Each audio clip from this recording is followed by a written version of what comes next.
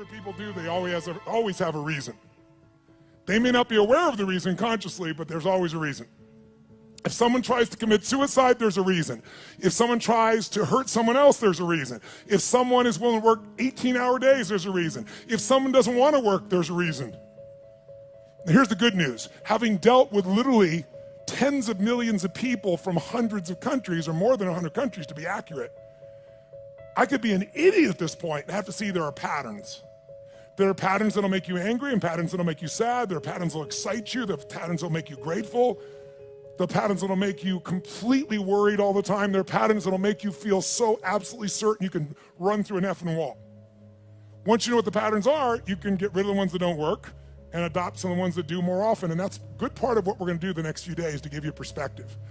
But the most important pattern to understand is why people do what they do. So as I told you, I've had a unique gift. I've had the chance to travel the world at this stage of life where literally the world is available to all of us in a few hours. But what I want you to understand is everybody has a reason for what they do, but the good news is there's only 6 reasons. There are lots of different stories, but I can tell you by experience being around the world, there's only 6 reasons. And those 6 reasons are called the 6 human needs. And I'm gonna walk you through these. Now I need you to manage your state for the next few minutes because we're gonna go a little deeper on content, but we're gonna do it only so in the future for the next 3 days and somebody stands up, you're gonna look at them and you're gonna go, what's driving them? And I'm gonna ask you, which of these needs are driving them? Because once you know what drives somebody, you know how to meet their needs. Or you can predict their behavior and see whether or not they're the right corporate match, personal match, intimate match, because you have to understand it. So what are these 6 needs? They are not goals, they are not desires. If you travel with me around the world, you'll see every culture has different goals, everybody has different desires, but we all have the same needs. What are they? Number 1 is the need for certainty. Certainty. Now what the hell is certainty? Certainty is a survival need. We all need to feel certain that we can avoid pain and that ideally we can have some comfort. Why? Because continuous pain would mean continuous damage. Continuous damage eventually means death. So the need for certainty is built into every human being, and I'm gonna show you now in the next few minutes, if you stay with me, and I really need you to, so make sure you sit up in your chair and focused on this area, because after this we're gonna kick in gear again, but right now you gotta take this in. It'll be so valuable, not just for this weekend, but for your life. All human beings have the same 6 needs, so why do we behave differently? Because the only thing different in people is 2 things. We all have the same 6 needs, but we don't value them equally. Some people, certainty is the number 1 thing they value. And if they're certainty driven and you try to change anything, they freak out. They get fearful or they get angry or they get pissed off because what matters most to them is keeping things the same way where they feel like they're in control. Raise your hand if you follow. That's an example. Some people, they value love much more than certainty. Some people value certainty more than love. So even though they love you, if they don't feel certain, they won't open completely. Right? Just as one example. So the difference in people, we all have the same 6 needs. The difference is which of the top 2 you value most out of these 6. Because these top 2 determine your direction in life. And direction, if you keep moving in direction, it leads you to an ultimate destination or destiny. So we want to understand what your top 2 needs are. And same thing with other people. This weekend, when somebody stands up, often I'll say, what's driving them right now? And I want you to see, within a very short time, 8,000 people from 44 countries will all be saying the same thing. Because it'll be that obvious to you. You'll be a practical psychologist by the time we're done here. So now, if we know what these needs are, and a person values them differently, we also have to find out 2 people could have the same need, but they have a different belief about what it takes to be loved. Or a different need about what it takes to be certain. Some people to be certain need $10 billion. Some people to be certain just need to pray to God. Some people to be certain need to feel like they have 3 perfect children and they're there every day. Some people that feel certain because I've always figured it out. I don't know what's gonna happen, but I know I'll figure it out, because I always have. You can get certainty from your past, you can get certainty from God, you can get certainty by working out intensely, you get certainty by eating food. Too much food especially will put comfort in your body. If you overeat, all the blood goes in your stomach, you start breathing again. So we all need certainty. The only question is it number 1, 2, 3, 4, 5, or 6 on your list? And the second question is, what does your brain say has to happen to be certain? Some people have certainty that's impossible to meet. The young lady over here who was sitting in the chair before we intervened had a blueprint that's never gonna be met. It literally would make her unhappy regularly. So we got to know what needs you're after and what's your blueprint. How many got a feeling, at least, what I'm explaining here right now? It makes some sense to you. Say, I. Awesome. So the first need is certainty. How can we meet our need for certainty? We can do it in ways that are positive, neutral, or negative. I can get certainty in a heartbeat if all I want to do is get really pissed off and freaked out about something. When you get angry, do you get certain, yes or no? You better believe it. So some people get angry all the time because it's their way to get certainty in a life that's uncertain. It has all kinds of negative side effects, but it works in the moment. So listen to me now. Most people meet their needs in a way that works in the moment, but not long term. So they feel good for a short time, like a sugar high, and then they drop emotionally, and they got to do it again, whether it's food or smoking or drinking or whatever it is. So you can meet your needs in positive ways, neutral ways, or negative ways. So if I came along here and I said, what's your name, sir? Chase. Chase, I want to make a deal with you. How much do you weigh? 246. We're going to weigh you in 5 minutes. He says he weighs 246. If you're within that range, I'm fine. Here's my deal. I will give you, I'm going to put $50 million US cash tonight into an escrow account for you. They're going to weigh you.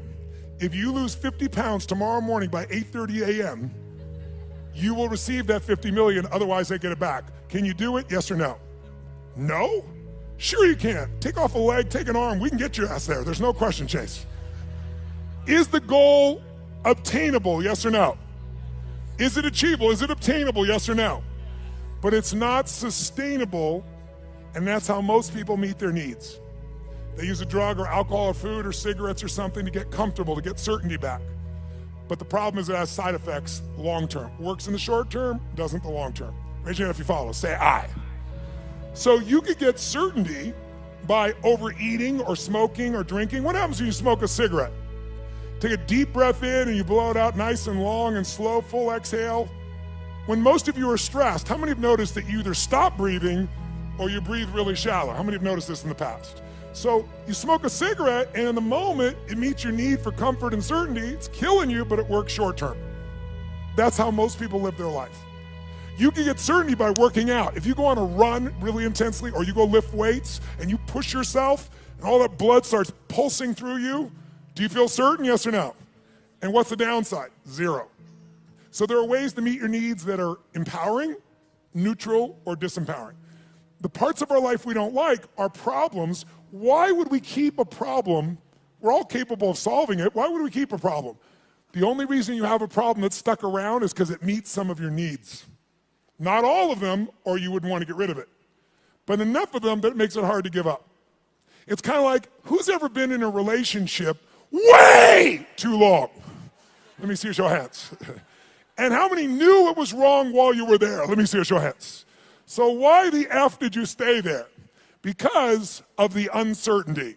Because, well, I'm not thoroughly happy. I'm kind of unhappy, but I might be worse if I was totally alone. What if this is the best one I'm ever going to get and I screwed it up?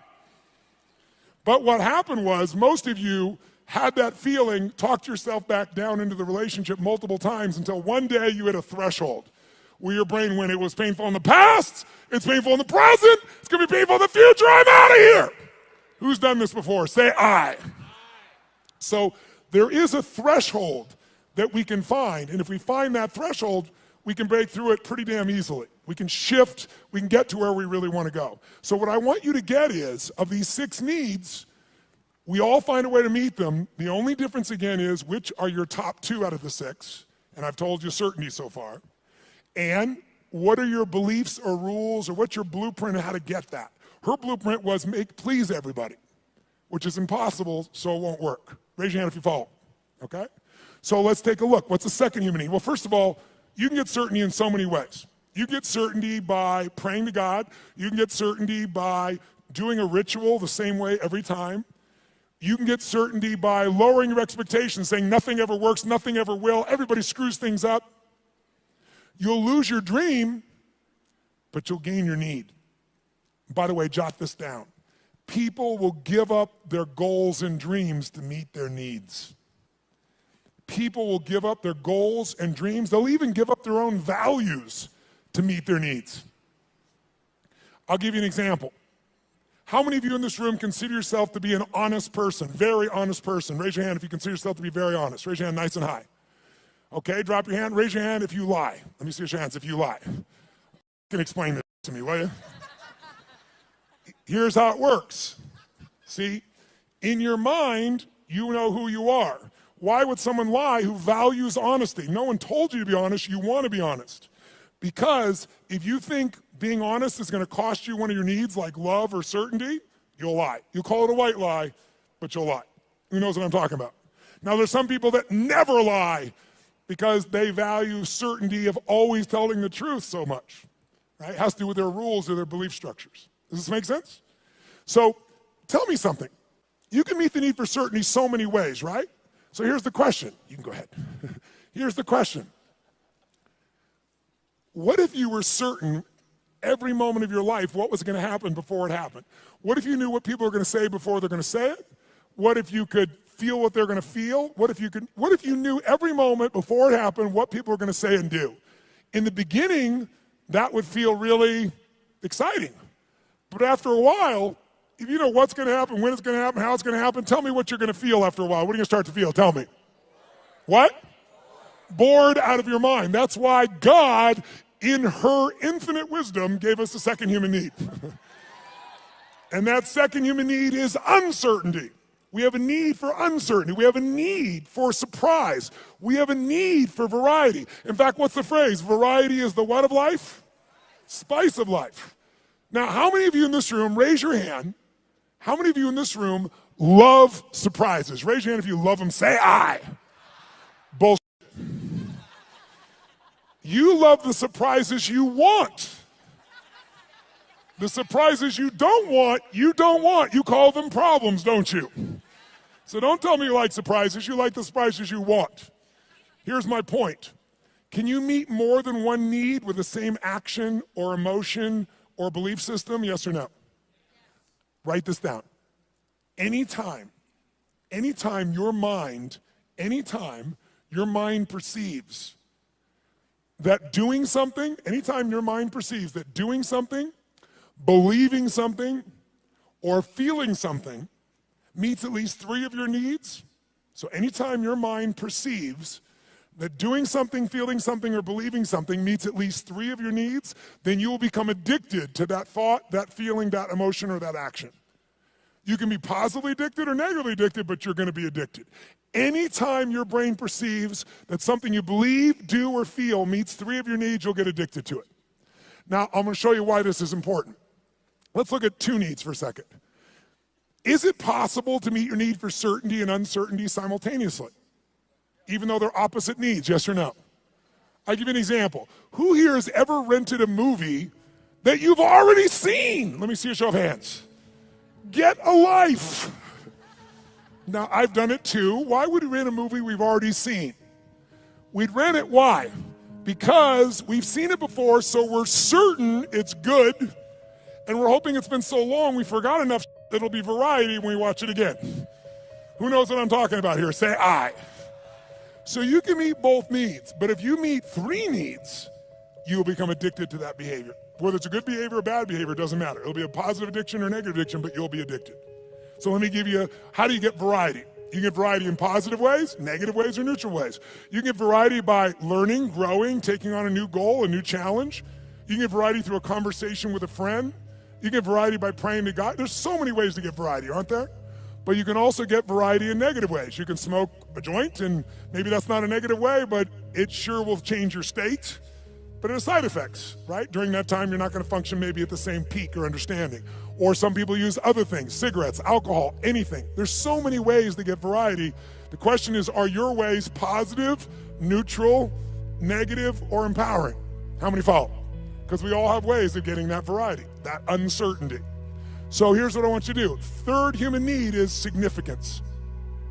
The need to feel unique, the need to feel special. Yes, I hope that picture makes you feel special. Okay? The need to feel unique, special, important. Who has the need to be needed, to feel special, unique, and important? Who do you think has that need? Who has it? Tell me who. What about people who say, I don't want to be special? Do they still want to be special? Yes or no? You bet your ass they do. The house protests too much. Now, they don't want to be so special that you attack them. They might want to stay undercover, so to speak, but they still want to feel special. They want to feel unique. They want to feel needed. They want to feel important. So there are lots of ways to feel special. You can do it by working your ass off, taking huge risks and achieving something to feel special, or you can tear down everybody else that's trying to build something. Because there's two ways to have the tallest building in town. One is work your ass off, take risks, build the tallest building. The other one is blow up everybody else's building. And by the way, which one's faster? Which one's easier? Which takes less intelligence and less money? Tearing shit down. It happens faster. So that's why we've always had violence, and we always will unless there's a consciousness change. If I live in a tough part of the community, I'm in the hood, and you can walk through my community and you don't notice me, and I feel insignificant, I might take things into my own hands to feel significant. If all of a sudden I put a gun to your head, tell me on a 0 to 10 scale, how certain am I you're going to respond to me now when I put that gun to your head, 0 to 10? 10 is absolute, 0 is not at all. Where would you put it? Quick. Yeah, 100. Is it true? But also, when I put my gun to your head, how significant am I to you in your life, even if you didn't know me a minute ago? If I got a gun to your head, how significant am I, 0 to 10? 100. I'm the most significant thing in your life, and a moment ago you didn't know I existed. And I don't need any intelligence, I don't need background, I don't need education, all I need is a gun and the will to do it. Oh, by the way, just in case there's not enough there to be an addiction, when I put that gun to your head, every time that happens, it's going to be a different game. I know you're going to respond to me, I know I'm significant, but what you're going to say and do is different, so I get variety. So you meet 3 needs, but violence doesn't end there. Because the 4th human need is connection and love. And most people are too afraid to love because they've loved and been disappointed, or they've loved and then lost the love, and it was so painful that now they settle for the crumbs of connection because that's safer. So it's a form of the need, but a low level of the need, but it's still part of the need, and we got to meet it. So if you're going for connection and love, if I cut my gun to his head, on a 0 to 10, I'm a 10 of certainty, I'm a 10 of significant to him, I'm going to have a ton of variety, but are we also connected in a sick way, but deeply connected in this moment, yes or no? On a 0 to 10, how much connection is there between our lives at this moment when I put the gun there? 100. How many follow this? Say I. So violence meets 4 of the human needs, and that's why we've always had it. That's why ISIS exists. That's why people do the stupid things they do, is they do it to try to meet their needs. The biggest cause of violence, though, if you'll notice, is 95% of the time when it's a terrorist, it's a male. Why is that? Because in the human nervous system, if you're masculine, testosterone is probably large in you. Whether you're a man or woman, if you're more masculine, you got a lot of testosterone. Testosterone is about dominance. It's about significance. It's about domination. And the higher that is, the more they want it. If they look at their life and they're not dominating, and they get really frustrated, they'll do a final act. Men will die for significance. Women will die for love. Now, some men will die for love too, so you know. But biochemically, a female is wired to be able to nurture and to support human beings. We wouldn't exist if it wasn't for every woman in this room, because we all came through one and we wouldn't exist. There's no man that can make this shit happen. But the women have, and the reason is because they have that connecting power as their strength. Now, can any man become more love-driven? Yes. Can any woman be more significance-driven? Yes. But our biochemistry leads us that way, which is why a terrorist will come up and do what they're doing and kill someone, because all they give a shit about is domination, is that I'm significant. And they want certainty in a world where they feel uncertain. And they want variety in a life that is incredibly boring in the middle of the fucking desert where there's nothing. And no one's working, where you got 30% of the population unemployed. What am I gonna do, work at McDonald's or go kill people? Kill people feels more exciting right now. How many follow what I'm talking about here? Say I. Now, can you get significance in positive ways? Of course. You can be significantly more generous than anyone else, and that generosity gives you a sense of significance because you know you're really a giver. You're not trading, you're not exchanging, you really are giving. And it makes you feel full. It makes you feel significant because you know the truth. No matter what you tell people verbally, you know what's true inside. And no one can mess with that. You can get significance by the way you dress. You can have significance by having more tattoos and earrings in more locations than any of us want to know. But the bottom line is you can know more about box scores and sports to be significant. Everyone finds a way to be significant. Most people find a way to be significant by having a significant problem. Why? Because if I'm really successful, you might like me for a while, but after a while, most people get annoyed with someone who's always happy and successful. Yeah, easy for you! Who knows what I'm talking about here? Raise your hand, right? But if you got big-ass problems, who's going to be upset with you? You're not competing with them. So you have huge problems and go, I understand. But if you're doing really well, it's like easy for you. So most of us unconsciously learn to create big problems as a way to connect because it's the safest way to connect and not be rejected. Some of you do it like she does by trying to please everybody all the time. Thinking if I please you enough, then you'll come to me. You'll give me what I'm really wanting too, which is what she wants. But it doesn't work that way. It works sometimes, but not all the time and not even the majority of the time. How many follow here? Say I. So we have what needs so far? Number one is, nice and loud, number one is certainty. Certainty you can be comfortable, you can avoid pain, you can survive, you can be comfortable. Second human need is the need for uncertainty. Also need for variety or surprise. What's the third human need? The need for to feel unique, to feel special, to feel important. Who has that need? Who has that need? Everyone. And the fourth need is the need for connection, and most people settle for connection because love is too scary, because they loved and it was so wonderful and it went away and they don't want that pain anymore. So they want love, but they settle for connection. So if you can't get love or connection anywhere else, buy a dog.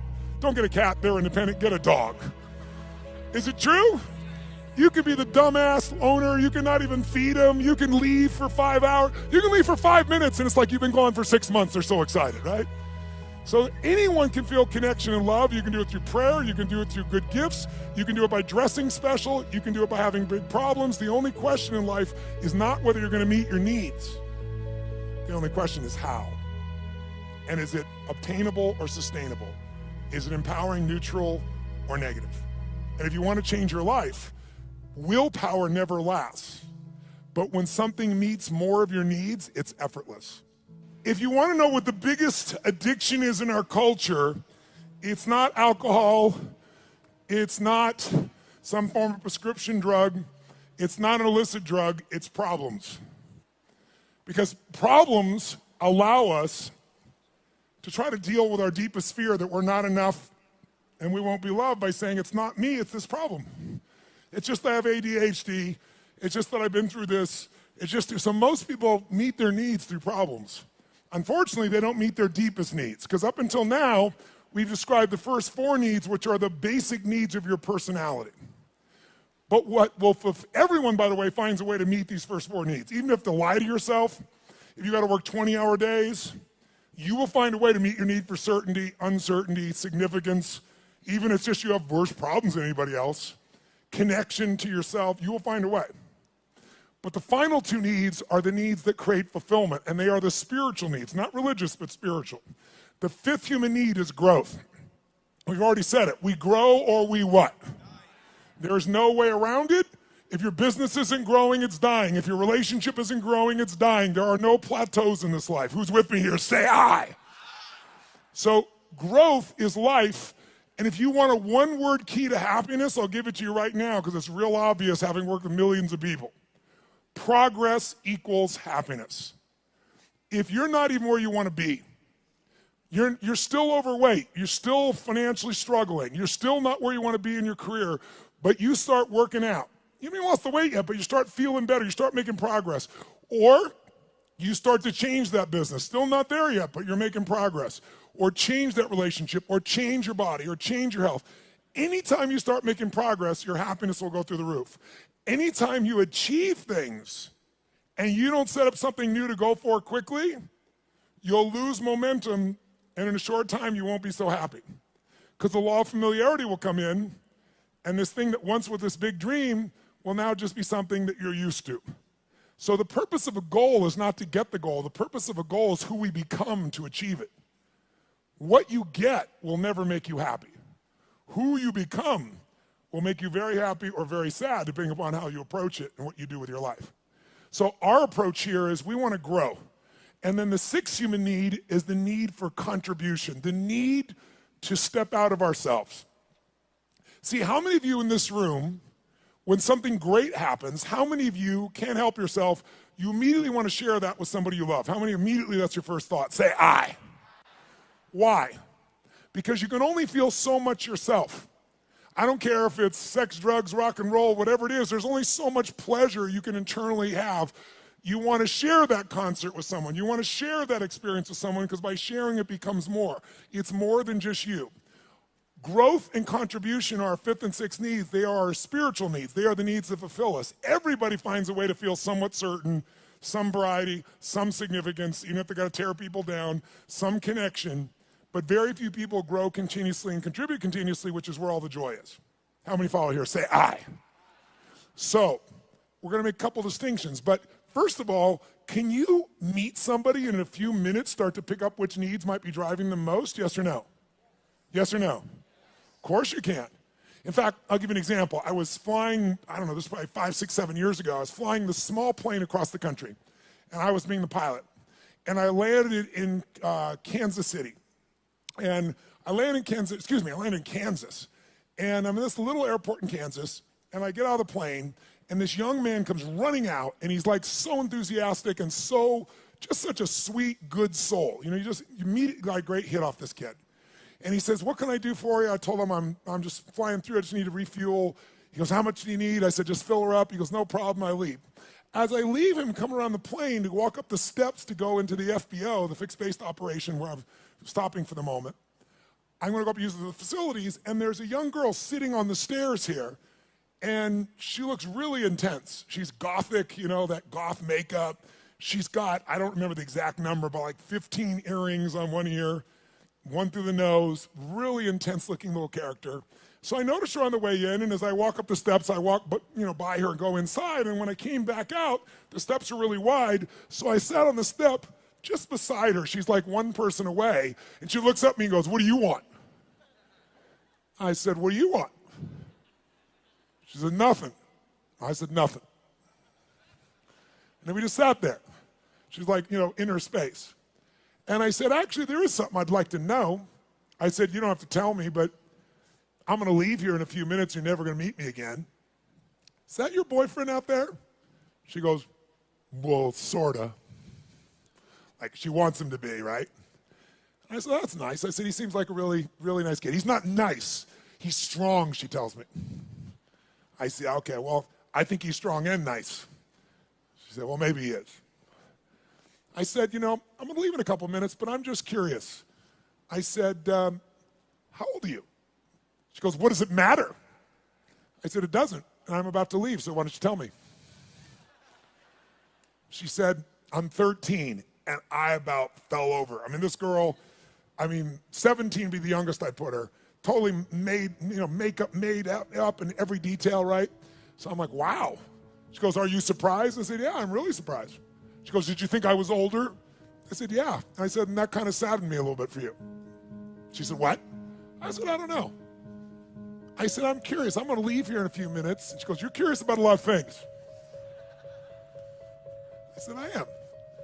I said, how come, and I'm making up the number, it may have been 13, but it was more than 12.